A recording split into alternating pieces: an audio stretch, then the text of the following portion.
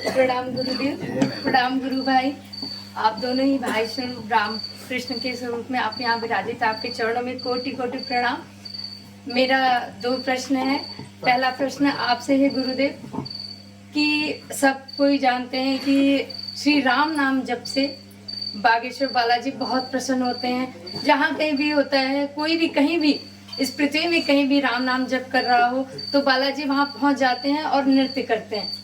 मैं आपसे जानना चाहती हूँ कि यदि कोई श्री राधा नाम जप कर रहा हो तो हनुमान जी का उस श्री राधा नाम के प्रति कैसा भाव है, वो मैं आपसे जानना चाहती हूँ।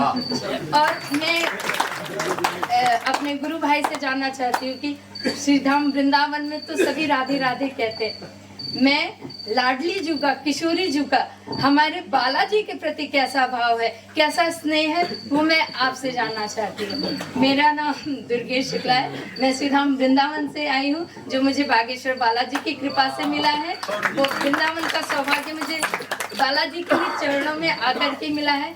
मैं आप ही दोनों से जानना चाहती हूँ। प्रश्न बड़ा अद्भुत है, खींचातानी वाला, लेकिन उत्तर भी बड़ा प्यारा है कि जो है भगवान पहले के ज़माने में परिचय जब पूछा जाता था तो पिता का नाम नहीं बताते थे, माँ का नाम बताते थे। प्रभु श्री राम ने भी अपना परिचय दिया तो कौशल्या नंदन श्री राम कहा। तो किसी ने कहा कि आप मैया का नाम क्यों बता रहे हैं? बोले देखो भाई, भूमिका हमारे जीवन में माँ की महत्वपूर्ण है। तो हम आपसे वही कहना चाहते हैं कि पिता का नाम लेने से कई बार पिताजी मानते नहीं हैं, लेकिन माँ ममतावान होती है और ममतामयी रूपी माँ को अगर सपोर्ट ले लिया जाए तो पिताजी भी मान जाते हैं और माता जी भी खुश हो जाती हैं। ऐसे ही राधा नाम, राधा माता मेरी, राधिका पिता मेरो घनश्याम, इन दो के चरणों में बारंबार प्रणाम। तो श्री राधा नाम लेकर के निश्चित रूप से प्रभु श्री राम के ज़्यादा से ज़्यादा हनुमान जी खुश होते होंगे, क्योंकि मैया जानकी कई जगह पर हनुमान जी की सपोर्ट करती हैं। जो है हमें नहीं लगता कि हनुमान जी महाराज अप्रसन्न होते होंगे, हमारी कभी बात नहीं हुई है। तो राधा राधा नाम से वो निश्चित रूप से प्रसन्न होते हैं। इसलिए प्रसन्न होते हैं कि उनका नाम ही है राधा। राधा का उल्टा करो तो होता है धारा, अविरल धारा। राधा आवश्यक है। तो श्री किशोरी जू, लाडली जू की कृपा बहुत आवश्यक है। किशोरी जू की कृपा से हनुमान जी मिल सकते हैं, हम इतना जानते हैं। किशोरी जू की कृपा से हनुमान जी मिल सकते हैं, हम इतना जानते हैं। हनुमान जी की कृपा से किशोरी जू मिल जाएं ये जरूरी नहीं है, पर किशोरी जू की कृपा से हनुमान जी मिल जाएंगे ये तय है। बाकी हम जो है इस बारे में ज्यादा इसलिए नहीं बोलेंगे कि ब्रजवासी बगल में है तो मामा के सामने, आप भी ब्रजवासी हो बहना, अब मामा के सामने ममियारी की क्या बताना। तो हम अपने भैया को कहेंगे कि आगे की कमान आप संभालो वेदोक्त पद्धति से।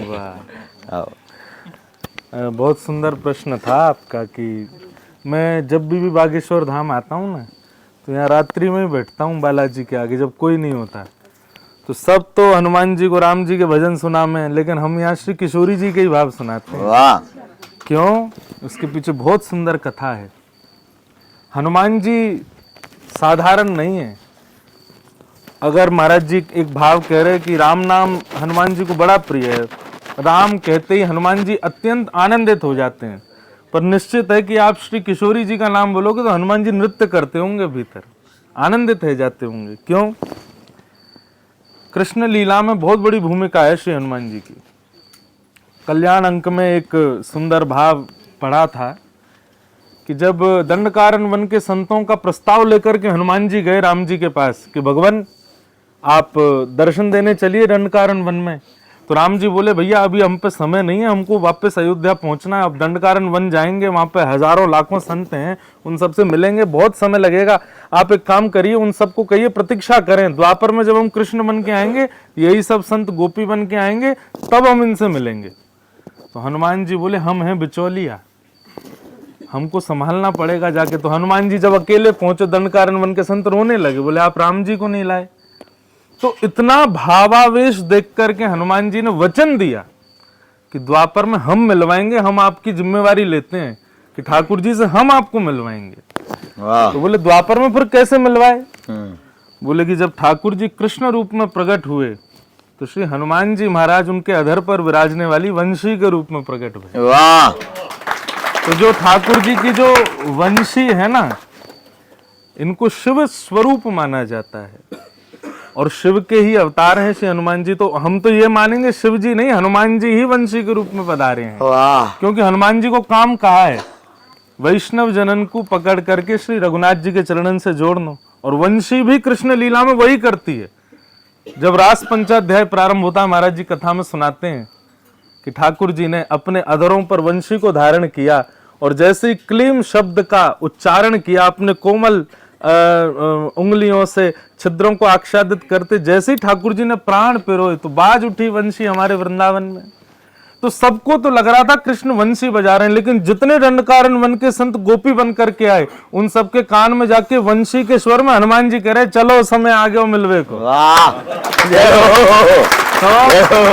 तो श्री हनुमान जी ही वंशी हैं, इस भेद को हम समझ नहीं पाए, और वही वंशी अद्भुत हमारी किशोरी जी की सबसे प्रिय है। अद्भुत नई बात, अद्भुत बात हैं? लाल जी की वंशी चुराती डोले श्री राधा रानी, क्यों? ये हनुमान जी ही तो हैं।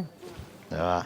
ठाकुर जी कह रहे हैं अब राधे रानी दे डारो वंशी मोरी, या वंशी मोरे प्राण बसत हैं, सो बंसी गई चोरी, अब राधे रानी दे डारो वंशी मोरी।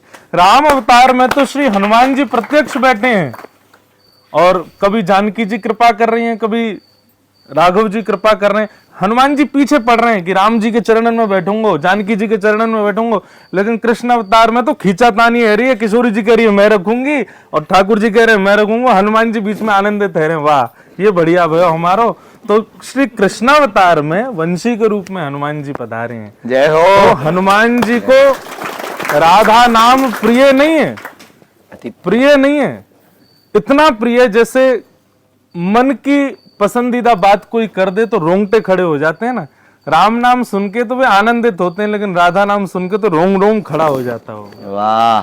तो इसलिए आप यहाँ आकर के जय सिया राम बोलो, लेकिन हमारी श्री जी को भी डंका बजाए के जाएगा।